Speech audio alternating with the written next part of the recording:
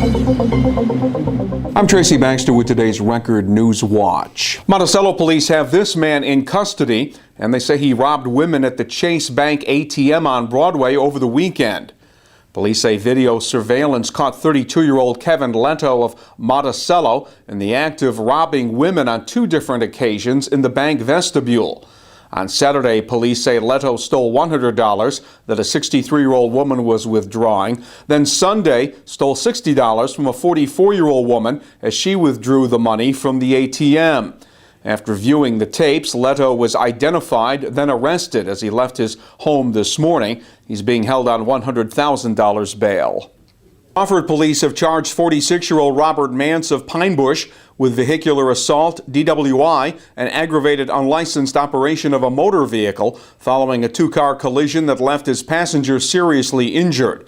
Police say Mance's car rear-ended a vehicle as it was attempting to turn off Route 302 onto Robertson Avenue Monday afternoon. Passengers in that vehicle were not seriously hurt, but Mance's passenger, 43-year-old Kathleen Morgan Pasquale of Pine Bush, was airlifted to St. Francis Hospital where she remains in critical condition. He's been labeled a person of interest in the ongoing investigation into the triple homicide last week in the city of Newburgh.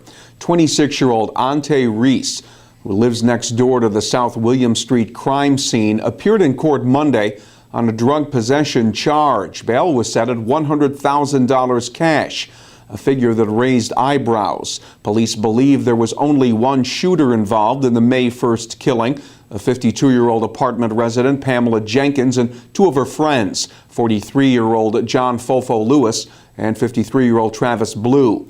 Reese had served a year in prison for a 2006 drug conviction.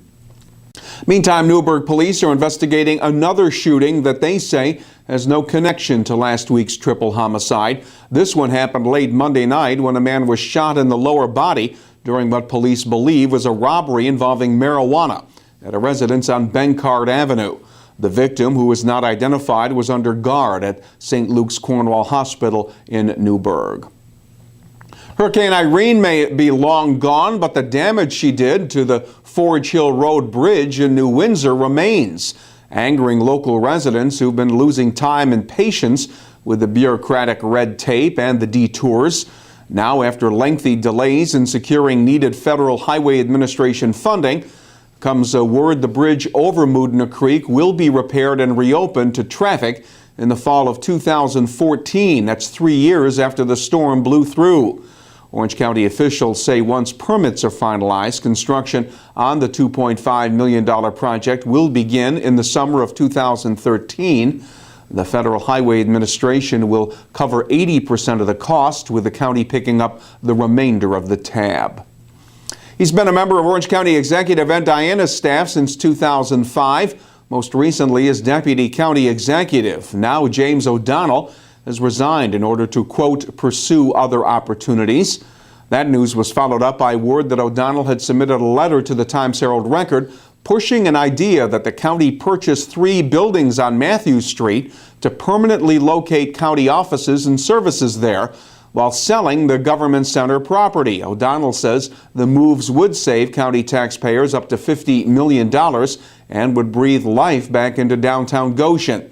Look for more on this story here at Record Online and in tomorrow's Times-Herald Record.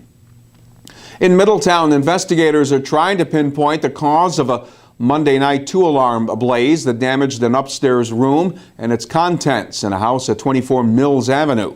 Neighbors who saw smoke reportedly banged on the door. The mother and daughter who lived there got out safely. The Red Cross was helping the family find a place to stay. Middletown Fire Chief Tom Amodio said it took 50 firefighters about 20 minutes to douse the flames. Elsewhere, wreckage from the small plane that crashed and sank in the Hudson River last Thursday in the Germantown section of the town of Catskill was due to be lifted out of the water today. Investigators with the National Transportation Safety Board hope the wreckage yields some clues that will help them determine the cause of the crash that took the life of the pilot, 72-year-old Michael Braunstein of Copiague. An autopsy concluded that medical issues did not play a role in the fatal crash. And Governor Andrew Cuomo's ordered flags flown at half-staff at state government buildings on Thursday in honor of Marine Staff Sergeant Eric Christian, who was killed during combat operations in Afghanistan. Sergeant Christian has roots in the region. His mother lives in Warwick, and he attended school in Ramsey, New Jersey. Christian joined the Marine Corps in 2004 and was in his 5th tour of duty. Our string of great weather days is coming to an end. Wednesday will be cloudy with periods of rain. The high temperatures will be in the 60 to 65 degree range. Thursday will be mostly cloudy with a chance of late day thunderstorms and highs up around 70 degrees. Make Record Online your source for news whenever and wherever it breaks, and get an edge on the day by starting it with the Times Herald Record. For Record Newswatch, I'm Tracy Baxter.